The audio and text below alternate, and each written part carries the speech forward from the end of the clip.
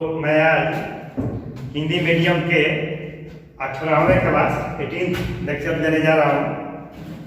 मैं इसके ठीक पहले वाले क्लास में ठोस की दरों में विलेयता को प्रभावित करने वाले कारण में मैं विलेय एवं विलाय की प्रकृति पहला पॉइंट डी करके डील किया था, जिसमें ये बात याद रखना है कि समान समान को घुलता है और असमान एक दूसरे में घुलते नहीं हैं। जैसे मैं उदाहरण दिया था कि तुम्हारा साधारण नमक है जो आयनिक प्रकृति का होता है, जिसके कारण से वह ध्रुवीय विलायक जल में विलेय होता है, घुलनशील होता है। लेकिन यदि यही कहा जाए कि नफ्तालीन है, एंथ्रासीन है, उसको जल में घुलाएंगे तो नहीं घुलता है, कारण कि एक कार्बनिक है, दूसरा जल अकार्बनिक हो जाता है। इस कारण से नेप्थलीन एंथ्रासीन को बेंजीन में घुला सकते हैं, क्योंकि नेप्थलीन और एंथ्रासीन भी कार्बनिक है और बेंजीन भी कार्बनिक है, समान समान को घुलता है। इस कारण से वो बेंजीन में घुलेगा लेकिन जल में नहीं घुलेगा। उसी प्रकार से NaCl सोडियम क्लोराइड जो है वो जल में घुलेगा लेकिन बेंजीन में क्लोरोफॉर्म में नहीं घुलेगा। तो ये पहला पॉइंट मैं डील करके छोड़ा था। इसके बाद आगे दूसरा पॉइंट होती है ताप के प्रभाव, 20 नंबर।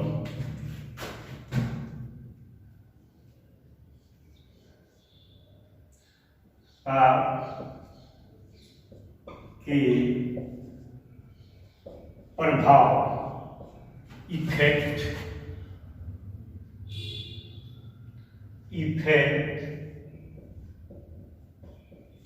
of temperature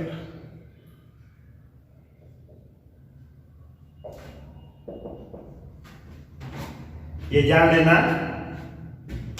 चाहे कोई भी विलेयता हो। मान लो कि हम लोग पढ़ रहे हैं ठोस की दरों में विलेयता, फिर पढ़ेंगे गैस की दरों में विलेयता। चाहे विलेयता कोई भी हो, उसमें ताप के प्रभाव का एक गहरा प्रभाव पड़ता है। मतलब कि विलेयता पर ताप के प्रभाव के गहरा प्रभाव पड़ते हैं, महत्वपूर्ण प्रभाव पड़ते हैं। इसको दो प्रक्रिया से हम लोग समझ सकते हैं। तो पहले हम लोग इस बात को डील कर लें कि ठोस की डरावनी विलेयता पर ताप के गहरा प्रभाव पड़ते हैं। ठोस की दरों में विलेयता पर ताप के प्रभाव को निम्नलिखित दो प्रक्रियाओं पर संबंधित करके हम ज्ञात कर सकते हैं, जान सकते हैं। यह प्रायोगिक है। दो प्रक्रिया से ठोस की दरों में विलेयता पर ताप के प्रभाव को हम दो प्रक्रियाओं के संबंधों से निम्न प्रकार से व्यक्त कर सकते हैं, जिसमें पहला हमारा, मैं 1 नंबर लिख रहा हूं, ऊष्माशोषी प्रक्रम। ऊष्माशोषी प्रक्रम, इंडोथर्मिक प्रोसेस। क्या कहेंगे? Endothermic process. ये जान लो कि तुम्हारे ठोस की दरों में विलेयता पर ठोस प्रमुखतः आयनिक होते हैं। जैसे कल मैंने इसके ठीक पहले वाले क्लास में मैंने साधारण नमक का उदाहरण दिया था, तो ठीक उसी प्रकार से समझ लो कि आयनिक ठोस तुम्हारे ठोस की दरों में विलेयता का प्रमुखतः उदाहरण होते हैं। तो ये आयनिक ठोस अधिकांशतः आयनिक ठोस जल में घुलते हैं, क्योंकि उनका अपना विलायक होता है जल। इसलिए अधिकांशतः आयनिक ठोसों की जल में विलेयता एक ऊष्माशोषी प्रक्रम होती है। क्या होती है? ऊष्माशोषी प्रक्रम होती है। तो हम इस पॉइंट को कैसे डील करेंगे कि अधिकांशतः आयनिक ठोसों और ब्रैकेट में मारेंगे NaCl, KCl, KNO3, K2SO4 dot dot dot dot कि जल में विलेयता एक उष्माशोषी प्रक्रम होती है। कौन सा प्रक्रम होती है? उष्माशोषी प्रक्रम होती है, जिसे निम्न प्रकार से प्रदर्शित किए जा सकते हैं। विलेय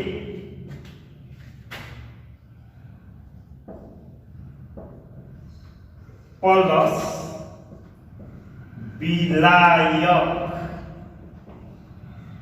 और उत्क्रमणीय का चिन्ह दे करके हम क्या लिखेंगे? विलयन। ठीक इसके पहले वाले क्लास में बताया हूं। और इसका डेलेज जो लिखेंगे, डेलेज चेंज इन एंथैल्पी। ठीक मेरा कंटिन्यूअस वीडियो देखो मैं डेलेज के बारे में पढ़ाया हूं। और ये क्या होगा? पॉजिटिव, धनात्मक। धनात्मक है तो उस प्रक्रम को क्या कहते हैं? ये उष्माशोषी प्रक्रम होती है। क्या होती है बालक? उष्माशोषी प्रक्रम होती है। अब आ जाओ। ठीक इस वीडियो से ठीक पहले वाले वीडियो में मैंने एक सिद्धांत पढ़ाया था, ली सतालिए का सिद्धांत। ली सतालिए सिद्धांत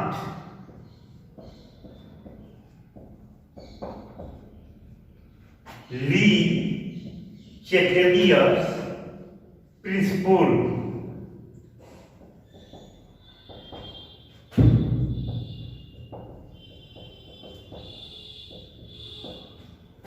अतः ली सतालिए सिद्धांत के अनुसार किसी उष्माशोषी प्रक्रम के ताप बढ़ाने पर साम्य किधर जाता है? अग्रिम दिशा में अग्रसरित होते हैं। क्या होते हैं? अग्रिम दिशा में अग्रसरित होते हैं। अग्रिम दिशा ये है ना, सब मेरा बताया हुआ है। अग्रिम दिशा में अग्रसरित होते हैं, जिसके कारण ताप बढ़ाने पर उष्माशोषी प्रक्रम की विलेयता बढ़ती है। क्योंकि अग्रिम दिशा में विलयन है, जितना अधिक ये घूलेगा उतना विलयन प्राप्त होगा। अग्रिम दिशा प्राप्त होने का मतलब क्या हुआ? कि विलयन जो है अधिक से अधिक मात्रा में प्राप्त होगा। विलेय जो है दिए गए विलायक में आसानी से घुलेगा। कब? जब ताप बढ़ाई जाए तब। कब? जब प्रक्रम उष्माशोषी हो तब। दो लाइन ली सतालिए का याद रखना है कि यदि उष्माशोषी प्रक्रम है और ताप बढ़ाओगे तो साम्य अग्रिम दिशा में अग्रसरित होता है, जिसके कारण ठोस की द्रव में विलेयता बढ़ती है। इस कारण से अधिकांश आयनिक ठोस जैसे NaCl, KCl, KNO3, K2SO4 की जल में विलेयता एक उष्माशोषी प्रक्रम होती है। अतः ली सतालिए सिद्धांत के अनुसार ऐसे विलयन के ताप बढ़ाने पर साम्य अग्रिम दिशा में अग्रसरित होते हैं, जिसके कारण ठोस की द्रव में विलेयता बढ़ती है। यह बात याद रखना होगा। उष्माशोषी प्रक्रम में जो भी उष्माशोषी प्रक्रम है उसमें ताप बढ़ाओगे तो साम्य अग्रिम दिशा में जाएगा, जिसके कारण से इसकी विलेयता बढ़ती है। जैसे चीनी को तुम पानी में घुलाते हो, घुला दो, और जो भाग देखा होगा हलवाई को देखा होगा चीनी का लीकर बनाता है जिलेबी बनाने के लिए। पहले वो पानी में चीनी को डाल देता है, जितना अधिक से अधिक घुल गया। फिर इसके बाद क्या करता है? इसको और सांद्रित लीकर बनाना है तो क्या करता है? उसको गर्म करना शुरू करता है। यही बात होती है बालक। ये चीनी है, ये जल है और ये विलयन है जो लीकर बनाता है जलेबी के लिए। तो क्या करता है, ताप देता है। ताप दे दिया इसको, क्या दिया, इसको ताप दे दिया। ताप देने के कारण से इस चीनी की जल में विद्युता बढ़ गई। मतलब कि वो प्रक्रम उष्मा शोषी होती है, तब जाकर के तुम्हारा अधिक से अधिक सांद्रित विद्युत प्राप्त होता है। इसलिए जितने भी उष्मा शोषी प्रक्रम है उसको लीसतालीय क्या करता है, लीसतालीय सिद्धांत के अनुसार उसकी ताप बढ़ाया जाए तो साम्य अग्रिम समय अग्रसरित होता है, जिसके कारण से ठोस की द्रव में विद्युता बढ़ती है, क्योंकि यह प्रक्रम उष्मा शोषी होती है। इसलिए इस बात को एकदम लिख लेना कि जहां प्रक्रम उष्मा शोषी होगी, ताप बढ़ाओगे तो फायदा होगी, साम्य अग्रिम दिशा में जाएगा और विद्युत अधिक से अधिक प्राप्त होगा। क्योंकि हम विद्युत पढ़ रहे हैं तो हमें विद्युत प्राप्त करना है, इसलिए उष्मा शोषी प्रक्रम में ताप बढ़ाते हैं, साम्य अग्रिम दिशा में अग्रसरित होता है, जिसके कारण ठोस की द्रव में विद्युता बढ़ती है, चीनी की जल में विद्युता बढ़ती है, नमक की जल में विद्युता बढ़ती है, सोडा की जल में विद्युता बढ़ती है। इस प्रकार से ठोस की द्रव में विद्युता बढ़ाते हैं तो बढ़ती है। अधिकांश लवण, अधिकांश आयनिक ठोस की जल में विद्युता जो होती है वो उष्मा शोषी प्रक्रम होती है। और उष्मा शोषी प्रक्रम में ये बात याद रखना, मैं इतना बार रपट के कह दिया, पीछे भी लिखवा दिया हूं, लीसतालीय सिद्धांत के अनुसार उष्मा शोषी प्रक्रम में यदि ताप बढ़ाओगे तो साम्य अग्रिम दिशा में जाता है, और यदि उष्मा क्षेत्रीय होता नेगेटिव होता ताप बढ़ाओगे तो साम्य जो है पश्चिम दिशा में चला जाएगा। लेकिन जितना उष्मा शोषी प्रक्रम होते हैं उसमें ताप बढ़ाने पर फायदा होती है, अधिक से अधिक विद्युत बढ़ती है, विद्युता बढ़ जाती है, घुलनशीलता बढ़ जाती है। इसलिए उष्मा शोषी प्रक्रम में अधिकांश आयनिक ठोस की जल में विद्युता जो होती है वो उष्मा शोषी प्रक्रम होती है, जो मुख्यतः आयनिक ठोस में लिख दिया हूं। ये बात याद रखना, ये लीसतालीय कहता है कि यदि उष्मा शोषी प्रक्रम है तो साम्य अग्रिम दिशा में अग्रसरित होगा, जिसके कारण से ठोस की द्रव में विद्युता बढ़ती है। तो पहला प्रक्रम हमारा उष्मा शोषी था। अब उष्मा क्षेपी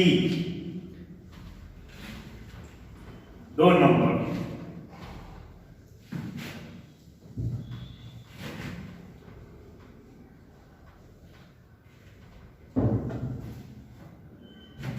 उष्मा शोषी प्रक्रम, उष्मा क्षेपी, उष्मा क्षेपी प्रक्रम exothermic process.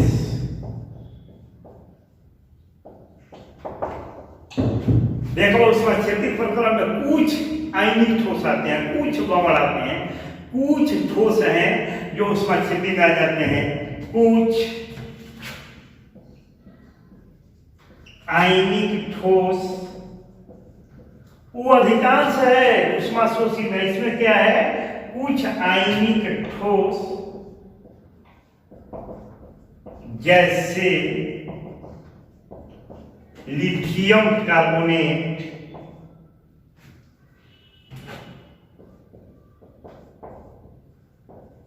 Lithium carbonate, cerium sulphate,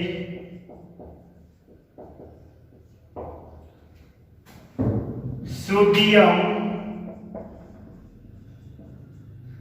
carbonate,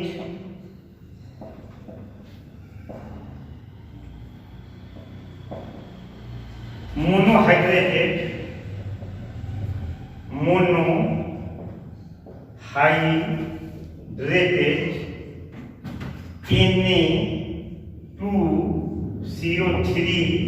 Na2CO3H2O, sodium carbonate monohydrated की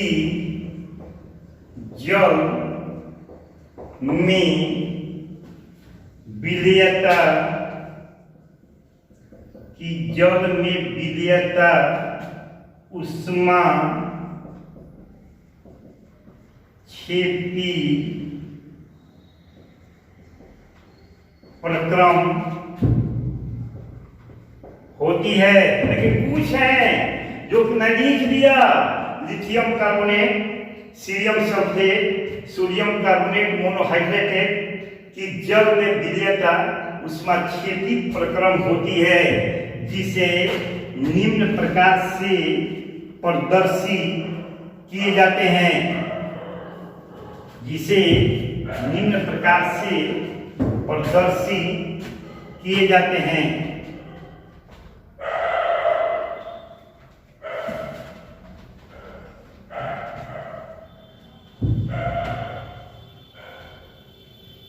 विलेय,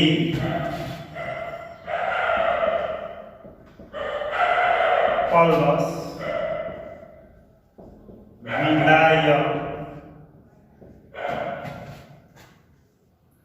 विलयन,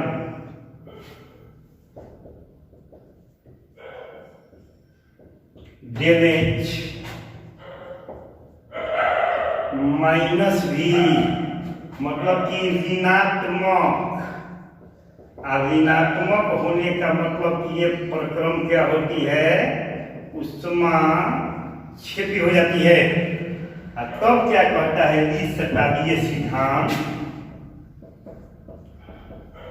द्विशतादीय सिद्धांत।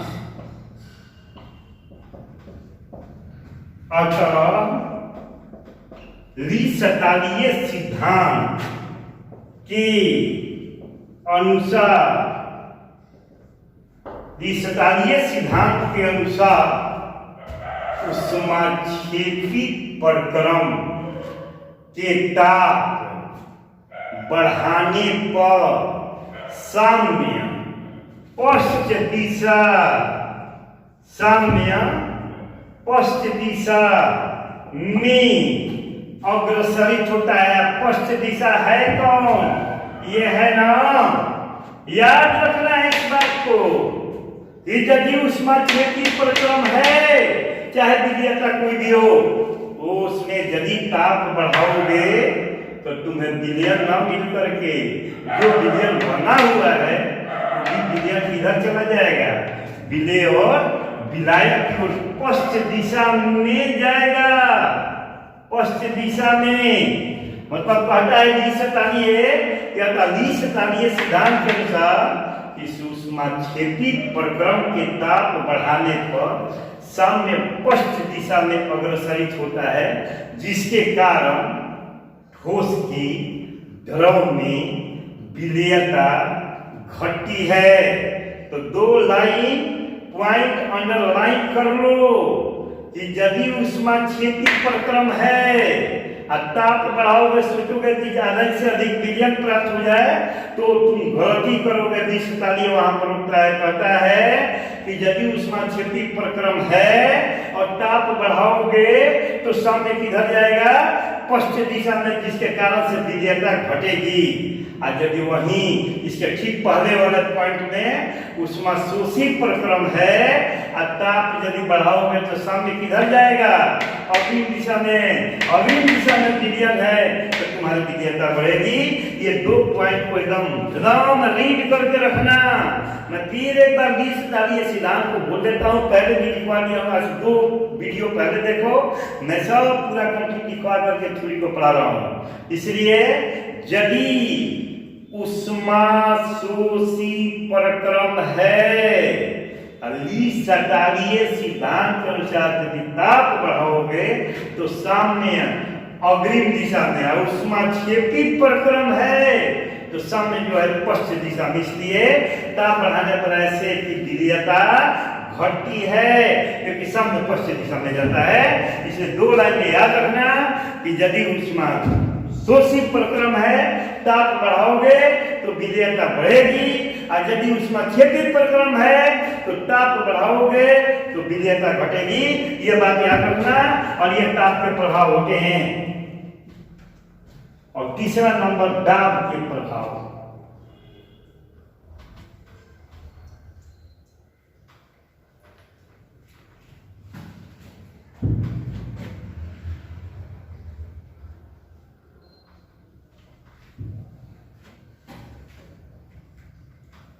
फिर पीछे का वीडियो देखना, इसके पीछे से पीछे वाले में जाकर दी से ये सिद्धांत ली तक नोट आईडी और नॉलेज डाल करके मैं पढ़ाया हूं इसी को जानने के लिए।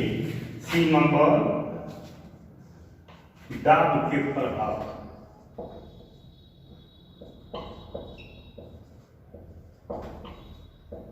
Effect of pressure.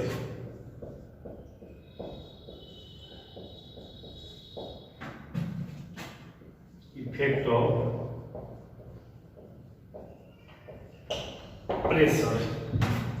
3 पॉइंट में कहा था, 3 पॉइंट से विद्याता को प्रभावित किया जाता है। कौन कौन? विलेय और विलाय की प्रकृति, ताप के प्रभाव और तीसरा दाब के प्रभाव। तो एक बात नोट कर लेना बढ़िया से, ठोस की द्रव में विलेयता पर दाब के प्रभाव नहीं पड़ते हैं। क्यों? क्योंकि ठोस असंपीड्य होते हैं। ठोस क्या होते हैं? असंपीड्य। ठोस क्या होते हैं? असंपीड्य। इनकम्प्रेसिबल कहते हैं, इनकम्प्रेसिबल। इनकम्प्रेसिबल होते हैं असंपीड्य, मतलब कि जिस पर बाह्य दबाव लगा करके आकार और आयतन में परिवर्तन नहीं लाई जा सकती है। तो जब ठोस पर दाब का प्रभाव पड़बे नहीं करेगा तो बोलो कि ठोस की द्रव में विलेयता प्रभावित होगी। इसलिए ठोस की द्रव में विलेयता पर दाब के प्रभाव नहीं पड़ते हैं, क्योंकि ठोस असंपीड्य होते हैं।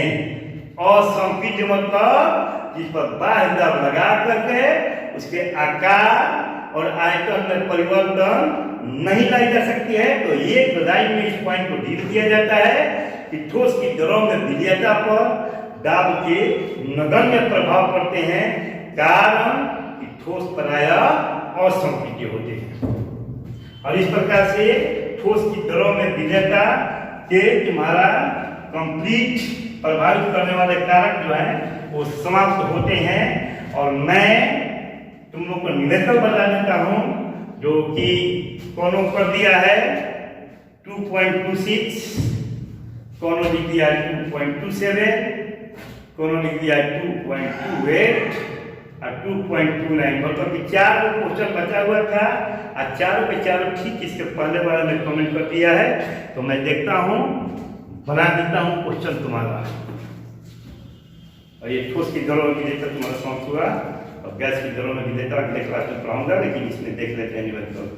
2.26 पेज नंबर 7, पेज 7 में 2.26 सुनो। यदि किसी झील के जल का घनत्व 1.25 ग्राम पर ml है तथा उसमें 92 ग्राम Na प्लस आयन 92 ग्राम Na प्लस आयन 92 ग्राम Na प्लस आयन प्रति किलो जल में, प्रति किलो माने 1 kg जल में उपस्थित है, तो झील में Na प्लस आयन की मोललता ज्ञात करें। मोललता ज्ञात करना है। आज अब देख ले, घनत्व दिया है, मोललता का घनत्व से कुछ संबंध नहीं होता, इसलिए घनत्व पर हम कोई विचार नहीं करेंगे, क्योंकि मोललता के थ्रू में जहाँ यही मोललता रहता तो घनत्व से हम आयतन निकाल सकते थे, लेकिन चूंकि हमें मोललता निकालनी है इसलिए इसमें जो घनत्व दिया है उस घनत्व से इस क्वेश्चन में कोई भी प्रभाव नहीं पड़ने वाले हैं, इसलिए घनत्व पर हम कोई विचार नहीं करेंगे। अब हमारा 92 ग्राम Na+ आयन को कितना जल में रखा है? 1 kg जल में। तो बोलो कि विलायक की मात्रा केजी में दे दिया। यदि 92 ग्राम Na+ आयन को हम मोल में बदल दें तो बोलो कि हमारा मोललता का पहला सूत्र क्या है? विलेय के मोलों की संख्या बाई विलायक के द्रव्यमान केजी में। केजी दे दिया, केजी विलायक की मात्रा 1 kg जो दिए हुए हैं, तो केवल 92 ग्राम Na+ को हम मोल में कन्वर्ट कर लें तो समझ के हमारा न्यूमेरिकल बन गया। तो हम चले 92 ग्राम Na+ को मोल में बदल देंगे।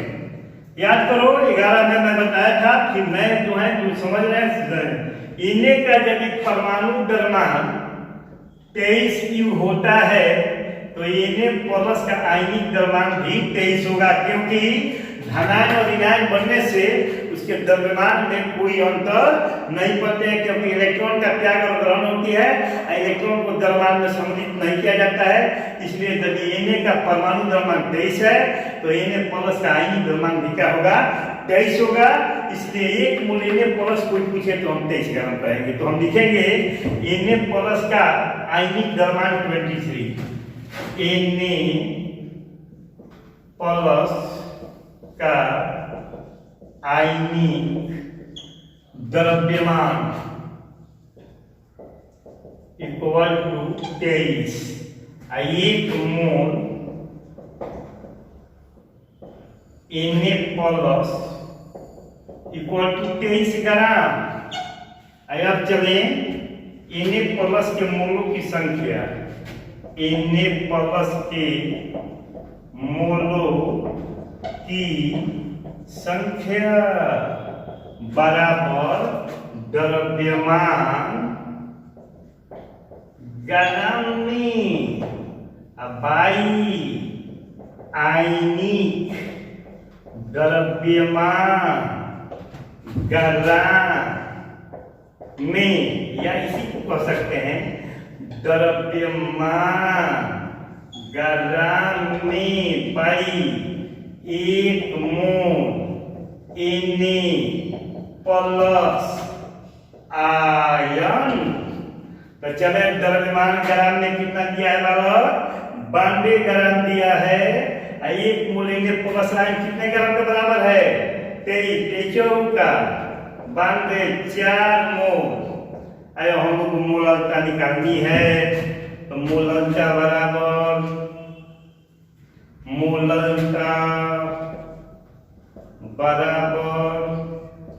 Na+ की मोलों की संख्या बाई विलायक के द्रव्यमान केजी में। तो Na+ के मोलों की संख्या कितना है? 4। अब द्रव्यमान केजी में देख लो, 1 kg क्लियर क्वेश्चन वाला देख लो, लिखा स्पष्ट लिखा है कि उसमें 92 ग्राम Na+ प्रति किलो जल में उपस्थित है। प्रति किलो माने 1 किलो, इसलिए 4/1 बराबर 4 स्मॉल m लिख लो, या 4 मोल kg इनवर्स लिख लो। ये तुम्हारे होते हैं 2.26 का आंसर। अब चलें 2.27। 2.27 का विधेय का गुणनफल के थ्योरी दिया था।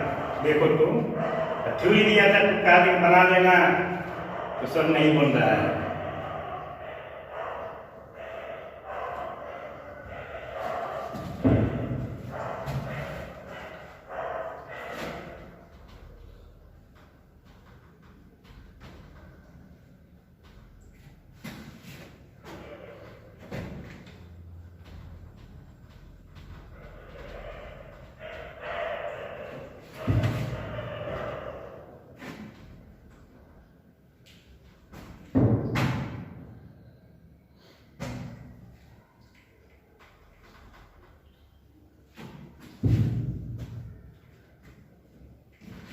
2.27।